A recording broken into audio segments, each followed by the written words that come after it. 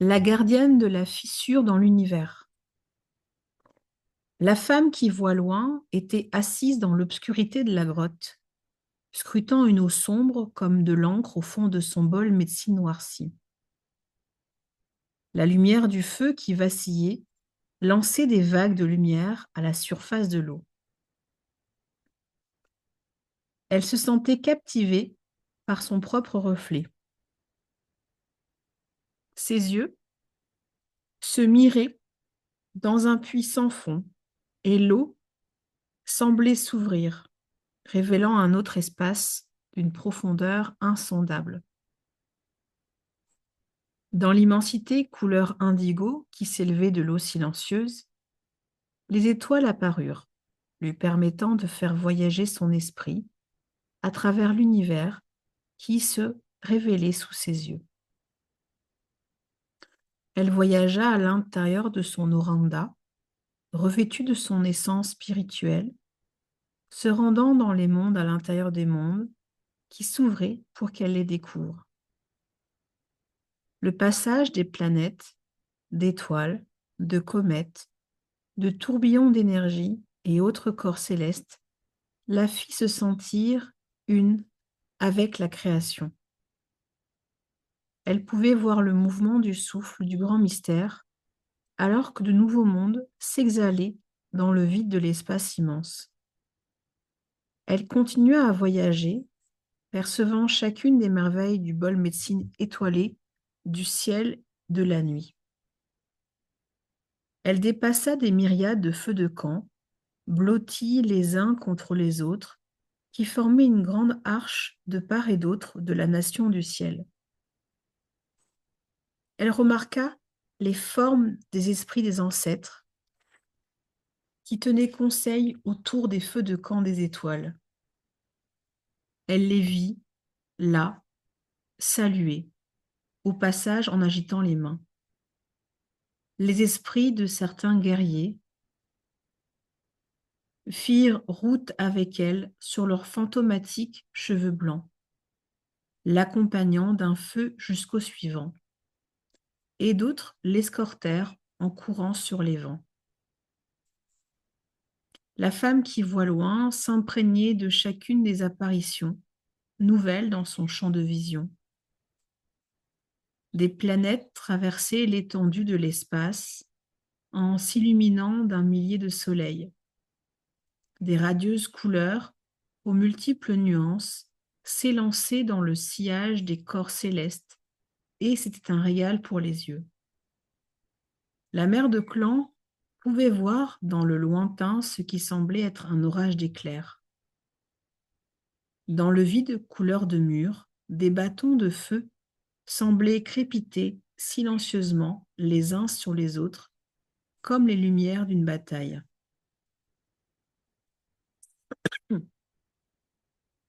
L'attirant toujours plus près de leur exposition, de leur explosion syncopée et de leur silencieux jaillissement en zigzag.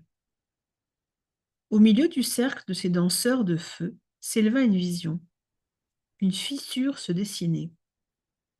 Immobile, au milieu des éclairs de lumière, amenant son attention au cœur des forces créatrices qui déployaient leur danse devant elle.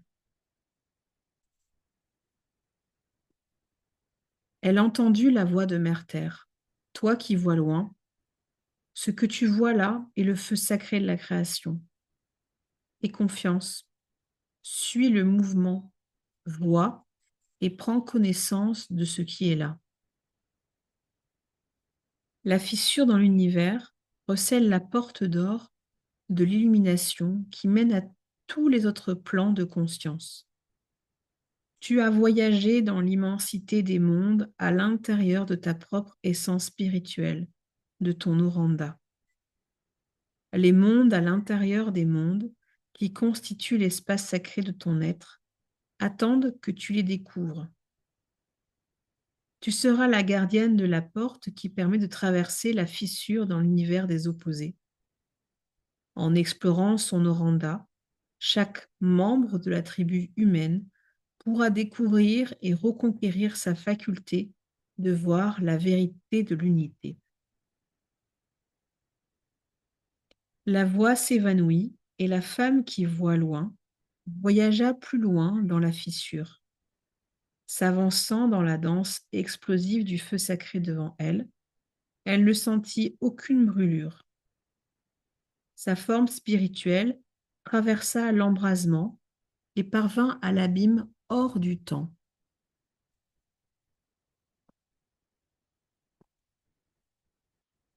À l'intérieur de la fissure dans l'univers. La porte d'or apparut. Réfléchissant, son aveuglante lumière d'or, les rayons de lumière qui émanaient de cette forme spirituelle éclairaient l'obscurité au plus profond du gouffre intérieur de la fissure. Elle attendit que la porte d'or s'avance et se posa devant elle. De nouveau, la voix de Mère Terre parla doucement à son cœur. Fille de mon esprit, tu te tiendras ici désormais afin de montrer aux autres comment voir la vérité à l'intérieur d'elles-mêmes, d'eux-mêmes et à l'intérieur de toute chose. Pour grandir au-delà des limites humaines, tous les enfants de la terre doivent faire face à leurs limitations et à leurs hésitations. Alors il viendra à toi et ils verront la vérité en eux, en elles, à travers ton regard sans limite. S'ils ont la volonté de se libérer de leur illusion, ils passeront à travers la porte d'or pour accéder à leur propre niveau de compréhension. Et s'ils ont peur de leur propre potentiel, ils retourneront à la place en eux, où ils se sentent réconfortés jusqu'à qu'ils soient prêts à grandir. Voir toute la vérité de l'immensité de l'Oranda et la vérité de tous les mondes qui existent dans la force créatrice de l'essence spirituelle est un art qui peut nous submerger. Il faut de nombreux cycles sur la roue de la vie avant que le niveau où l'on voit la vérité soit atteint. Beaucoup viendront, beaucoup repartiront et beaucoup hésiteront, puis franchiront la porte d'or. Mais tu dois la tenir ouverte pour celles et ceux qui ont le courage de voir. La femme qui voit loin comprit les paroles que lui disait Mère Terre et elle chérit le rôle qui lui était donné. Quand elle franchit la porte d'or, la lumière éblouissante de la totale vérité vint illuminer chaque partie de son essence spirituelle. Elle vit tout le potentiel existant dans la création qu'elle laissa s'imprimer dans son cœur de façon indélébile. Lorsque la mère de clan revint en conscience dans son corps, le caractère hors du temps de son voyage cessa. Des centaines de cycles lunaires s'étaient écoulés pendant ce temps du rite de passage final de la femme qui voit loin. Ce temps passé à découvrir la vérité contenue dans les mondes, à l'intérieur des mondes. Dans son bol médecine, l'eau s'était évaporée. Les cendres de son feu étaient retournées à la terre du sol de la grotte. Le ruissellement d'eau acide sur la roche avait créé de nouvelles concrétions. Mais son corps, toujours jeune, n'avait pas changé. Elle était revenue de la fissure dans l'univers, prête à servir ses enfants humains en leur enseignant à voir la vérité. La femme qui voit loin prit conscience que sa faculté à voir la vérité aurait besoin de s'affirmer par petites touches pour s'adapter aux capacités individuelles de ses enfants humains. Elle fut reconnaissante d'avoir appris à voir la vérité à travers les yeux des autres. Ce talent de pouvoir considérer les choses avec le regard d'un autre lui donnait la faculté de s'accorder au niveau d'observation de chaque individu et de n'accabler personne. Elle avait appris comment montrer à ses enfants humains les illusions qui se trouvaient sur leur chemin. en les guidant doucement à travers chaque cycle de croissance et de transformation. La femme qui voit loin comprit l'importance de ne jamais manquer une étape sur la grande roue médecine de la vie. Certains auraient eu tendance à essayer d'aller trop vite, en prenant le risque d'y brûler leur corps humain, tandis que d'autres auraient laissé la peur les tenir à l'écart de leur avancée naturelle. Mais, dans sa compassion, celle qui voit loin voyait la vérité et elle voulait prendre soin du processus d'évolution spirituelle de chaque deux jambes.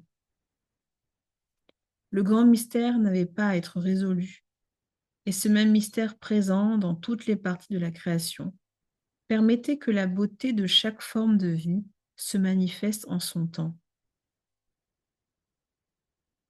La femme qui voit loin avait l'intention d'aider les autres à observer les leçons évidentes qu'offrait le monde de la nature pour qu'ils s'appliquent ces vérités.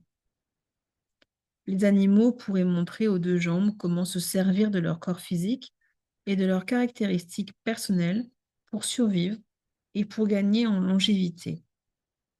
Il serait alors possible de montrer à ces deux jambes comment maîtriser la force de vie dans leur corps, en leur faisant découvrir les forces élémentaires de la nature dont leur forme humaine est constituée.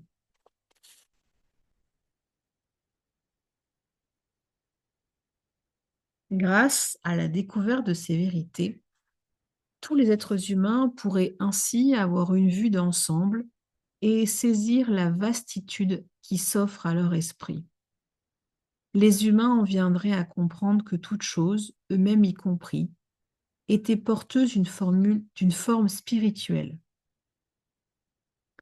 Une fois apprises les leçons de la force de vie, la tribu humaine pourrait apprendre à entrer dans la tranquillité pour découvrir les secrets de l'esprit et les potentialités qui se trouvent dans l'exploration des mondes non tangibles. Grâce à la nature, les humains auraient accès à toutes les leçons du domaine spirituel. Les esprits de toutes les formes de vie dans la nature étaient prêts et désireux de devenir les enseignants des deux jambes qui sollicitaient leur guidance. Les mondes de vérité représentés par chaque cercle de relations leur permettraient ainsi d'expérimenter de nouvelles routes de médecine dans les mondes à l'intérieur des mondes.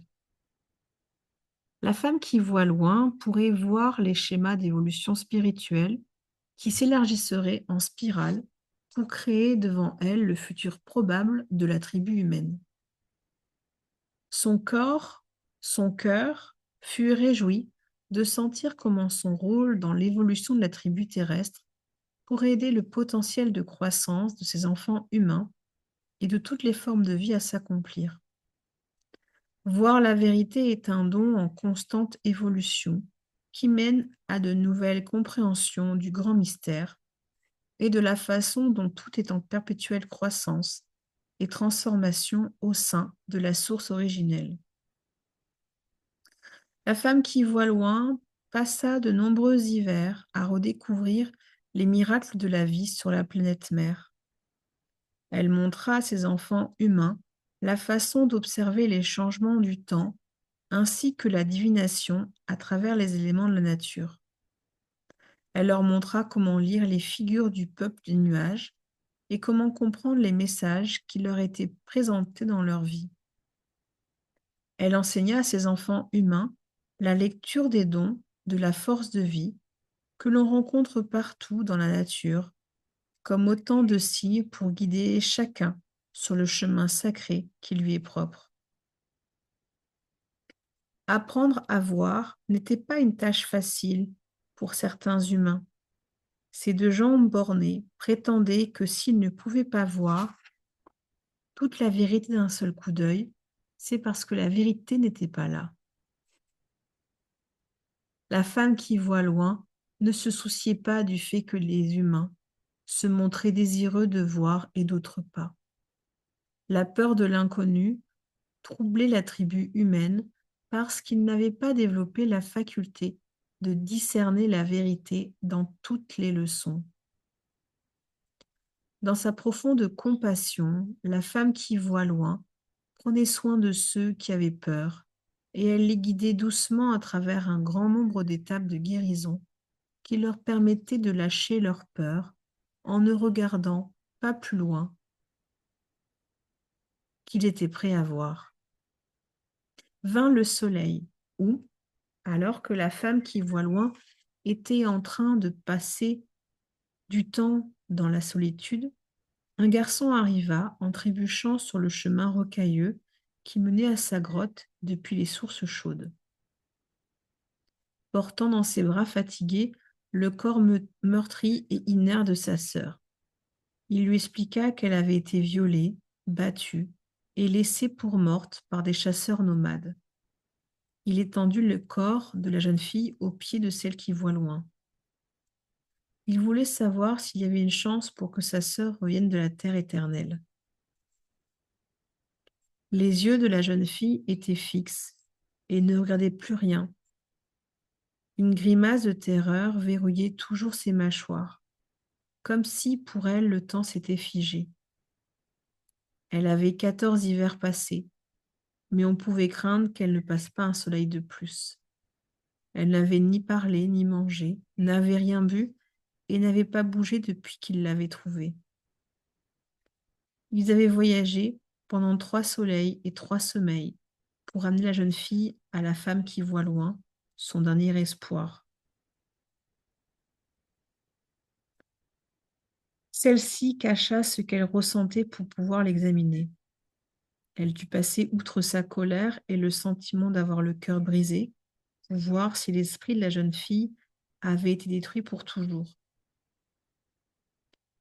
Elle vit que la lumière de la flamme éternelle était toute faible à l'intérieur de l'oranda de la jeune fille, mais qu'elle se mettait à vaciller et à crépiter chaque fois que le garçon s'adressait à elle.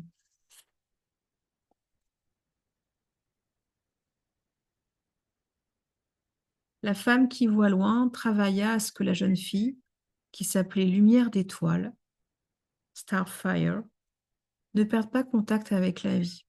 Elle craignait que l'esprit de la lumière d'étoile ne passe à travers la fissure dans l'univers, en oubliant qui elle était, et qu'elle se retrouve alors à errer dans la terre, éternelle, sans espoir de retour. Le frère de Lumière d'étoile, Petit Aigle, suivit les instructions de la mère de clan. Il rassembla les coupes en pierre de lave qui servaient de lampe, remplit chacune d'herbes séchées plongées dans la sève de pain fondu, et plaça les bols autour des sources d'eau chaude, autour des sources chaudes qui bouillonnaient à l'arrière des grottes que la femme qui voit loin appelait sa maison. Petit Aigle travailla vite, faisait flamber le feu, allumer les lampes. Ensemble, ils portèrent Lumière d'étoile dans l'eau, soutenant son corps pour qu'il flotte dans leurs bras. La flamme qui voit loin, la femme qui voit loin, chanta pour l'esprit de Lumière d'étoile. Le corps de la jeune fille se libérait peu à peu de ses agressions, tandis qu'il flottait dans les eaux chaudes et minéralisées qui lui rappelaient à dessein la sécurité de l'utérus. Bien que la femme qui voit loin fût présente et consciente de ce qu'elle chantait, de l'adolescente dans ses bras et de la présence de Petit Aigle, elle était aussi consciente de la partie d'elle qui se tenait auprès de la fissure dans l'univers, s'assurant que l'esprit de Lumière d'étoile n'allait pas s'y aventurer. En de pareils moments, la voyante était reconnaissante d'avoir la maîtrise qui lui permettait de voir simultanément les différents plans de conscience des mondes tangibles et intangibles. De nombreuses lunes s'écoulèrent pendant lesquelles Petit Aigle et la femme qui voit loin travaillèrent à faire revenir doucement l'esprit de la jeune fille de la terre éternelle. La mère de clan insista pour que le petit Aigle reste aux côtés de sa sœur pendant le travail de guérison, parce que sa voix offrait à Lumière d'étoile un moyen de se rattacher à quelque chose de familier. Elle lui ouvrait un passage à travers le vide que le viol avait créé. La brutalité du traumatisme subi par Lumière d'étoile avait fait voler en éclats son sentiment d'exister, déchiré son espace sacré et fait exploser son esprit en morceaux. Tous les sens de la jeune fille se retrouvant abandonnés dans l'immensité du vide. Au cœur d'une telle obscurité, en l'absence d'une essence spirituelle intacte, les liens de lumière d'étoile au monde tangible et les chances de récupérer son corps et son esprit étaient faibles. Régulièrement, la femme qui voit loin voyageait dans le vide pour rassembler les fragments épars de l'esprit de lumière d'étoile. Chaque soleil et chaque sommeil, la voyante guidait les fragments de l'esprit de la jeune fille pour qu'il réintègre son oranda. La femme qui voit loin disposa autour de Lumière d'étoile une roue médecine faite de pierres et de sachets médecine pour accueillir ces fragments de l'esprit de la jeune fille dans un espace sacré reconstitué, jusqu'à ce que suffisamment de l'essence de la jeune fille soit rassemblée pour la faire revenir du vide où elle était. Petit Aigle et la femme qui voit loin attendaient et observaient. Il lui parlait et chantait pour elle. Puis il rendait grâce, en voyant leur amour au grand mystère, chaque fois qu'un minuscule progrès était accompli. Enfin, le soleil vint, où les yeux de lumière d'étoile perdirent leur fixité vitreuse et s'animèrent d'une flamme de reconnaissance lorsque son grand frère lui dit bonjour. Cela faisait quelque temps déjà qu'elle mangeait et buvait, mais sans la moindre conscience d'elle-même, ni de ceux et celles qui veillaient à ses besoins. La femme qui voit loin comprit que le processus de guérison allait continuer pendant de nombreuses lunes, mais à présent, ils avaient surmonté le danger de voir partir l'esprit de lumière d'étoile.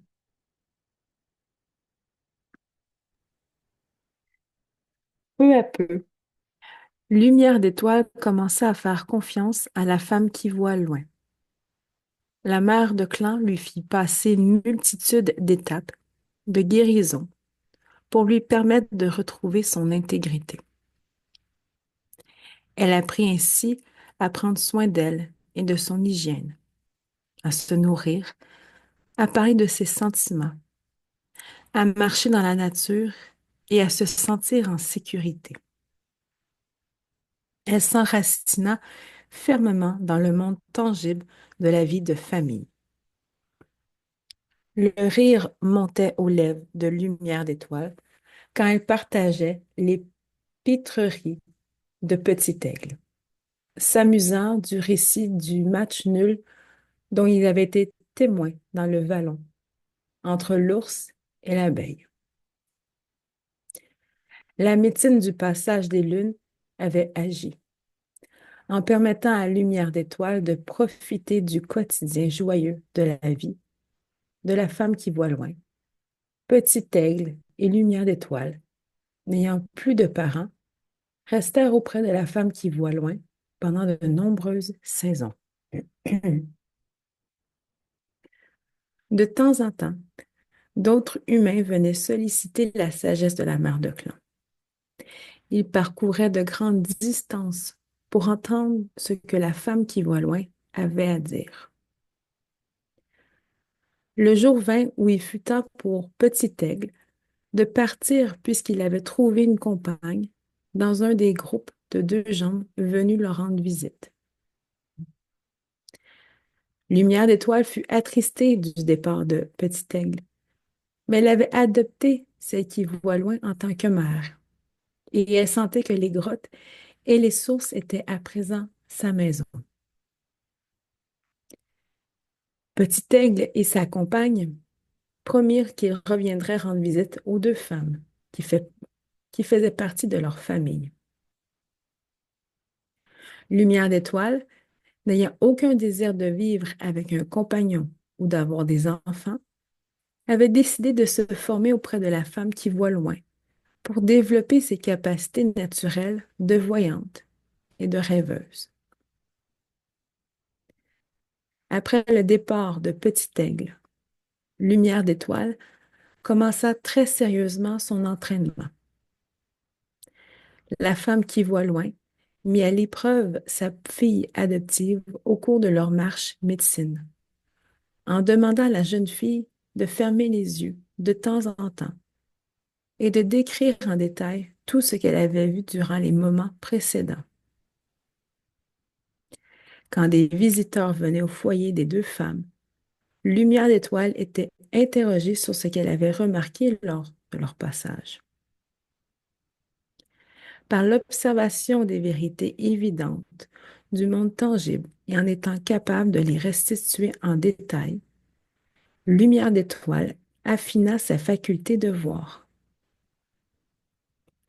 Ayant achevé ses leçons, la mère de clan commença à l'instruire sur la façon d'utiliser le bol médecine noirci rempli d'eau, en regardant longuement dans le fond de l'eau, couleur d'encre, pour voir au-delà du tangible.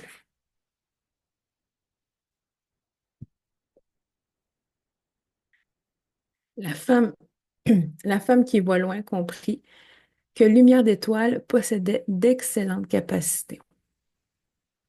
Tous les deux jambes ayant survécu à l'éclatement de l'œuf lumineux contenant leur point de vue sacré pouvaient avoir accès à d'autres royaumes parce que des fragments de leur esprit avaient voyagé dans le vide de la création.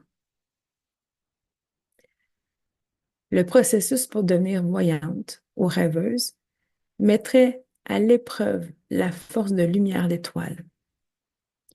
Elle allait devoir affronter et traverser les mémoires de trauma qu'elle rencontrerait dans les visions qui lui apparaîtraient. Cet aspect du processus de guérison concernant tout humain qui avait été abusé était délicat et il pouvait être effrayant. Mais Lumière d'étoile était forte maintenant. De nombreuses lunes durant, la jeune femme se confronta à ses cauchemars et les dépassa, allant au-delà des sombres réminiscences de sa douleur passée et mettant en lumière les sentiments qui pouvaient inhiber sa capacité à voir clairement les choses. Celle qui voit loin était fière des progrès de sa fille adoptive. La jeune fille, qui avait 20 hivers passés, était en train de devenir une voyante de talent. Souvent, lorsque des visiteurs venaient demander de l'aide pour, pour retrouver un enfant perdu ou pour avoir la fin mot sur une mystérieuse maladie, la femme qui voit loin donnait à la lumière d'étoile les instructions pour chercher les réponses. La clairvoyance de la jeune fille était un don rare. Elle témoignait aussi de tout le soin avec lequel la femme qui voit loin avait formé la jeune voyante. De temps en temps, la femme qui voit loin se souvenait des leçons d'autrefois qui l'avaient amenée à devenir la gardienne de la fissure dans l'univers. Martha lui avait appris à lire les figures du peuple des nuages et à voir la source d'une maladie profondément enfouie dans le corps ou l'esprit d'un patient. En tant que jeune rêveuse, elle avait appris à voyager sur les vents avec la libellule, utilisant sa médecine d'aller au-delà des illusions du monde tangible pour en extraire l'information. Quand la femme qui voit loin avait appris à se servir du bol médecine noirci, elle avait convoqué la médecine du signe, qui est de s'abandonner au mouvement du temps du rêve, pour entrer dans les mondes parallèles de la réalité. La médecine du lézard de rêver les solutions et de les visualiser, lui avait appris comment accéder aux rêves en expansion des mondes, à l'intérieur des mondes. Elle avait invoqué la médecine de la taupe, de voir dans l'obscurité et d'être capable de voyager sous terre lorsqu'elle recherchait des éléments qui avaient pu être enfouis. Et lorsque la femme qui voit loin sentait la présence d'un démon, elle appelait la médecine de Flicker, le pivert, Flicker Woodpecker. Flicker possédait la meilleure protection contre l'ombre et le mal.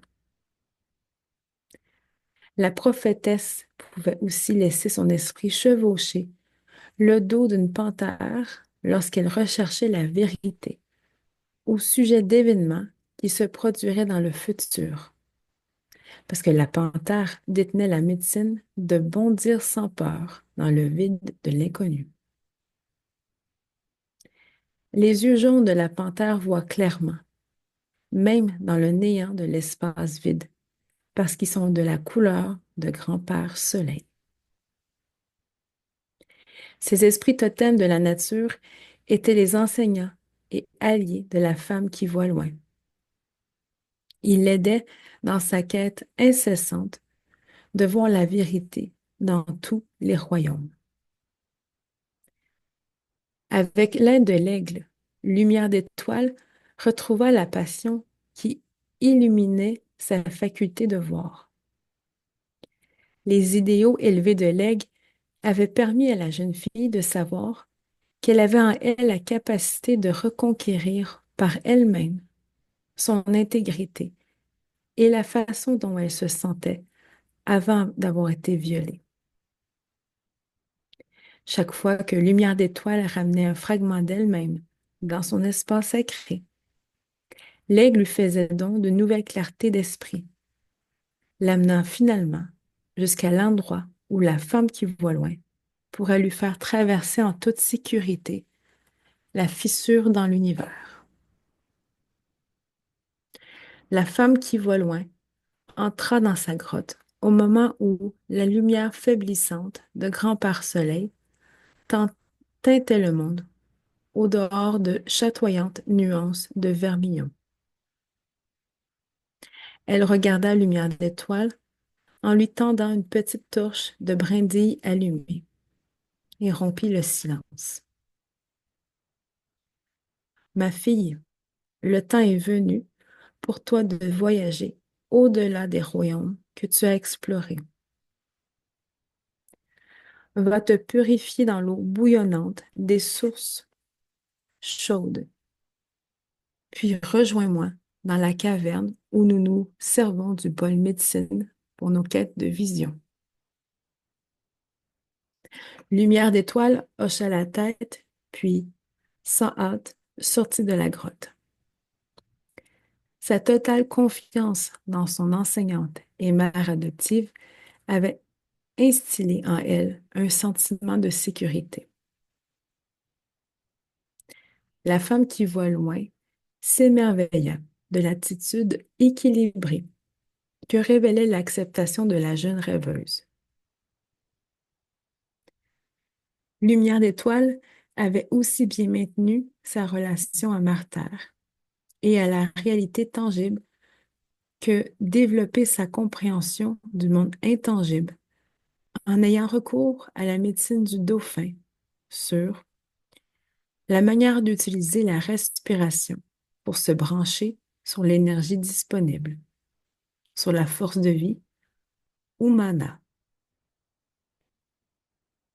Comme la femme qui voit loin, la jeune voyante pouvait voyager au-delà des royaumes physiques et au retour, utiliser sa respiration de façon adaptée pour revenir dans son corps et ramener ses fonctions corporelles à l'état d'équilibre.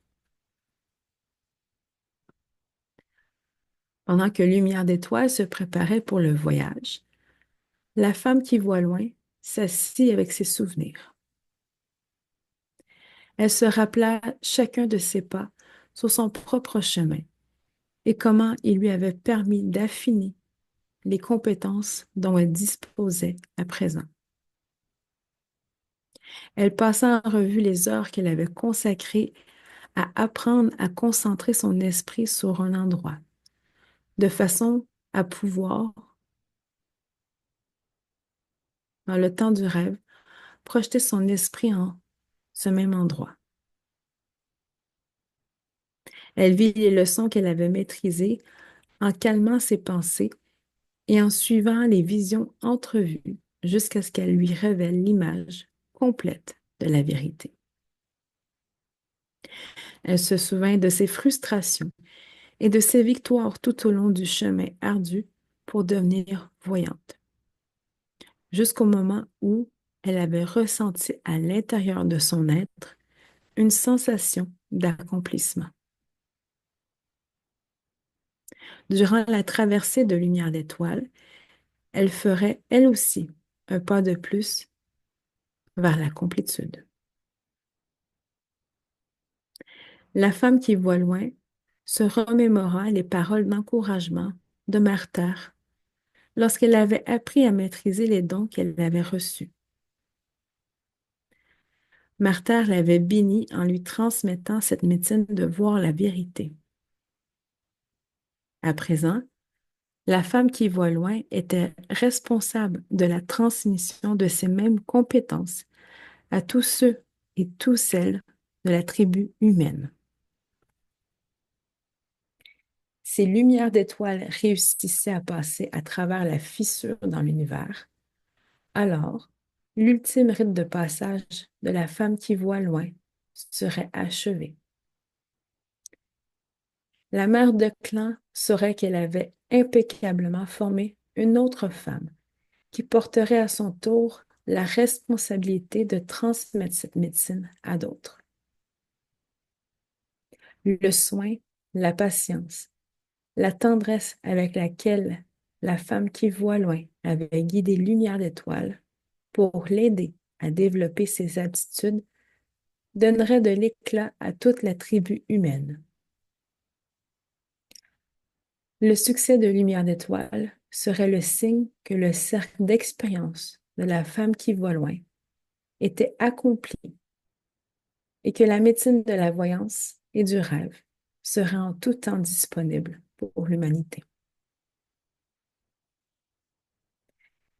La femme qui voit loin, ayant revu le passé et l'ayant libérée pour voir la vérité d'ici et maintenant, était désormais prête à faire face au futur. Elle se dressa et marcha avec une détermination silencieuse dans la caverne géante jusqu'à l'endroit où le prochain cycle sur son chemin sacré allait lui être révélé. Les deux femmes s'assirent dans la caverne des visions et scrutèrent le fond du bol médecine noirci. La surface de l'eau était éclairée par la lueur de leurs torches allumées. Lumière d'étoile voyagerait seule, mais la femme qui voit loin observerait ses efforts en utilisant ses dons de voyante.